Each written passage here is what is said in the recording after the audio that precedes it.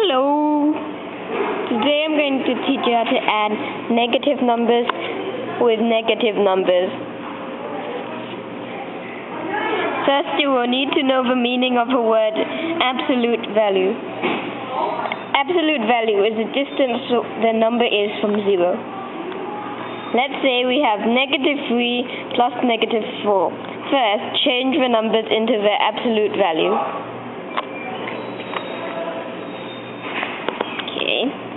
Down here we have -3 equals 3 because it's 3 from 0. -4 equals 4 because it's 4 from 0. So 3 plus 4 equals 7. And when you go down here, it means -3 plus -4 has to equal -7 because you see that if positive plus positive equals positive, the negative plus negative equals the negative. This is the answer. There's an equation for this.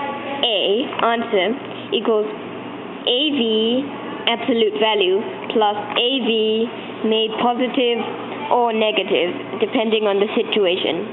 Thank you for listening.